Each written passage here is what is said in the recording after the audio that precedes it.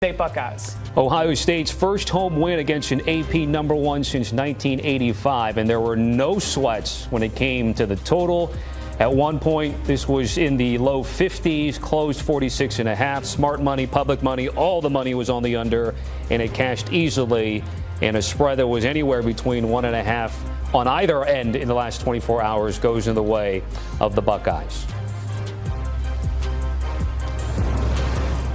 Hey there, folks. I'm Tommy Tran with Chip Patterson and Tom Fornelli, where Ohio State beats Texas 14-7.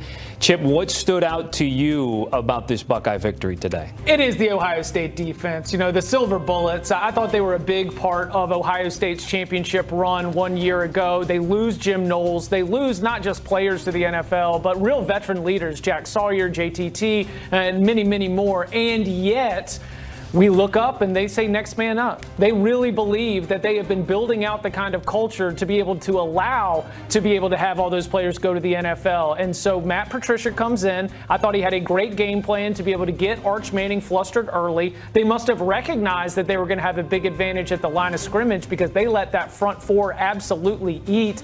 And so for Ohio State, they did not make Julian Sayin do a lot. We are going to spend a lot of time today and for the next week and maybe for the next couple of weeks talking about Arch Manning and what did or did not happen here on this Saturday. Not a lot of conversation about Julian Sayin, good or bad, because he did exactly what was needed. He was a bus driver. He was not a fighter pilot, but as long as the bus driver gets the kids to school, they've done their job, and that's what Julian Sayin did. As long as you get to your destination, it doesn't matter how you get there. Tom, how did you see this game today?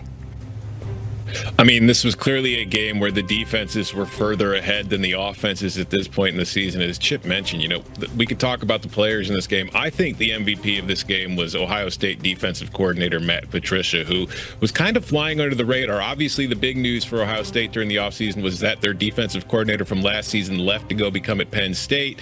And meanwhile, Patricia steps in, who was a pretty darn good defensive coordinator for that new coach down at North Carolina, Bill Belichick, during the Patriots years. And I thought that this defense had a great plan for a young quarterback making his first road start. Arch Manning had no idea what he was looking at before the snap. They did such an excellent job of disguising their coverages, their blitzes, where they were bringing guys from, so that before Arch Manning snapped the ball, he wasn't sure where to go to with the ball, and he was getting stuck on his first read because of it. He was being surprised by what he saw because of it. And I think they just kept him off balance and flustered all day long, which was able to help them overcome the fact that their offense didn't exactly light the world on fire in this game. Ohio State finished with 203 yards of offense and beat the number one team in the country somehow. That is not something you see happening a whole lot. So for me, the biggest takeaway is Ohio State's defense is still absolutely elite. There is no drop off, even with new names. And for me, that means this team is still very, very much in the picture to repeat as national champs. So you guys both harken on the defense, and Tom talked about Matt Patricia. Chip, how much did it surprise you that maybe after half of being inefficient on offense with Arch Manning, that we didn't see perhaps more design runs, get him something going instead of just seeing him sort of drop back and try to pass against that elite defense? Yeah, Tommy, I don't think there was much respect for the Texas wide receivers here, or there was trust maybe in those Ohio State defensive backs to be able to keep them locked up and the players in the back seven. But that is maybe one thing that I overlooked in my preparation for looking at Texas as a number one team in the country and as a national championship contender, because one thing that is really needed to be able to get that quarterback run game going, to be able to get that ground game going, is to have the vertical pass game really be respected. And they lost a lot of receptions when Matthew Golden went off to the NFL draft. And there was an assumption that DeAndre Moore, who flashed at times as a freshman, or maybe even Ryan Wingo, who has that kind of breakaway speed, that they would be able to help continue the development of this offense. But, you know, Texas at wide receiver right now is a real concern. And to be fair, they will not face cornerbacks and safeties like Ohio State most Saturdays when they're going through their schedule. But the Longhorns do have that issue that if you are going to be judged as a national championship contender, you are going to be facing defenses that are close to the caliber of Ohio State's. And that passing game, which again, some of it's on Arch Manning, some of it's on the wide receivers, that passing game is just not going to scare a lot of opponents right now.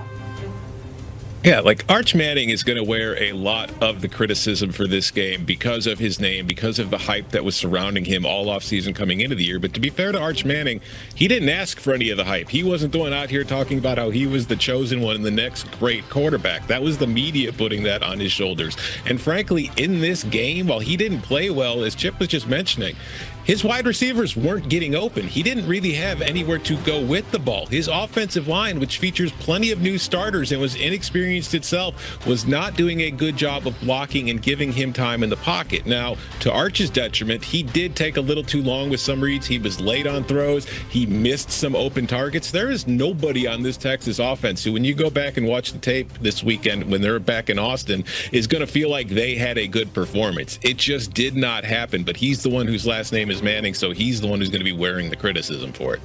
And whether or not he wants it or not, he came in as the Heisman hopeful and favorite there, and then we saw his odds certainly fluctuate with how things work today.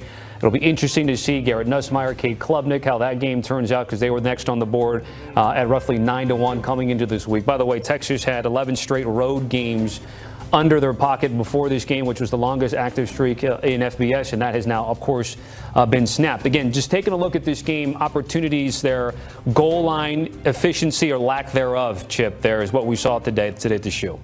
Did they watch any tape of Ohio State last season? I mean, how many times did Ohio State come up with goal line stops and short yardage stops? That was something that I thought was very interesting. There wasn't just a little bit more creativity. I mean, I guess a couple of times they did break into a toss, but man, I just was a little bit disappointed. And some of that might have just been what Steve Sarkisian saw in terms of what Matt Patricia was preparing for. But the Buckeyes have made a habit in the last couple of years of being bigger and better and stronger. And when you're on the road, your offensive line, which as Tom mentioned, has a couple new starters, you really think they are going to be blowing off the ball perfectly?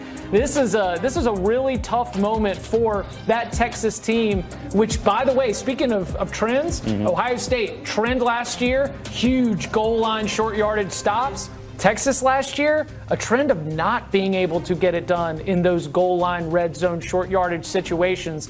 Steve Sarkisian on the Cover 3 podcast, I have mentioned his play calling, his game planning, his scripts often. But one thing that has followed him is that when the field is spread out, there's a lot of things that Sark can draw up in the dirt and be able to go out and have his boys go execute.